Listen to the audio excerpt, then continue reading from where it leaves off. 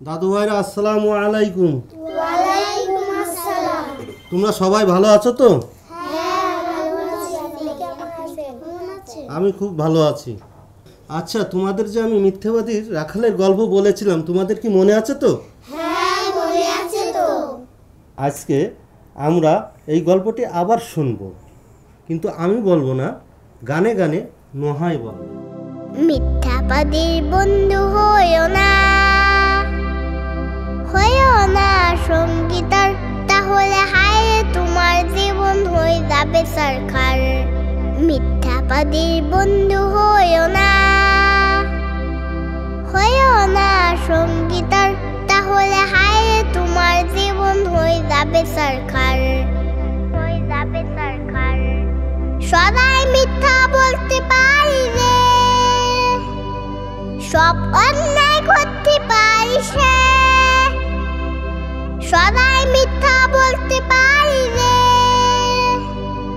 সব অন্যায় করতে পারিস রে।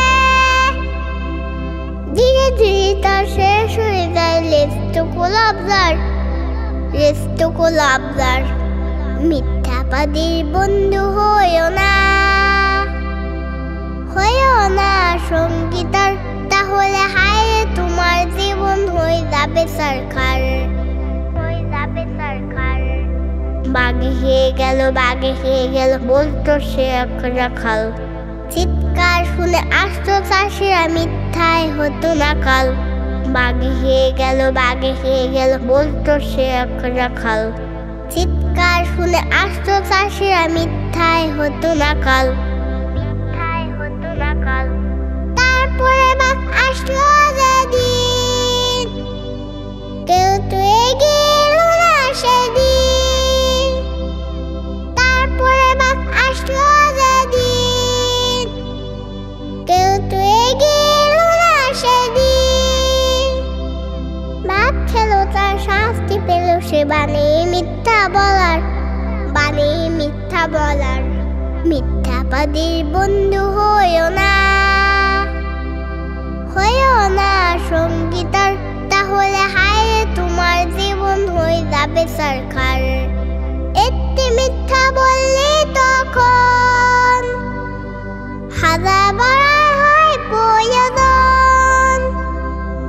একটি মিথ্যা বললে তখন হাজার বাড়ার হয় প্রয়োজন। এইভাবে শেষে শুরু হয়ে যায় মিথ্যার কারবার। মিথ্যাবাদীর বন্ধু হইও না সঙ্গীতার, তাহলে হায় তোমার জীবন হয়ে যাবে সরকার। মিথ্যাবাদীর বন্ধু হইও না সঙ্গীতার, তাহলে হায় তোমার জীবন হয়ে যাবে সরকার। তাহলে হায় তোমার জীবন হয়ে যাবে সরকার। তাহলে হায় তোমার জীবন হয়ে যাবে সরকার।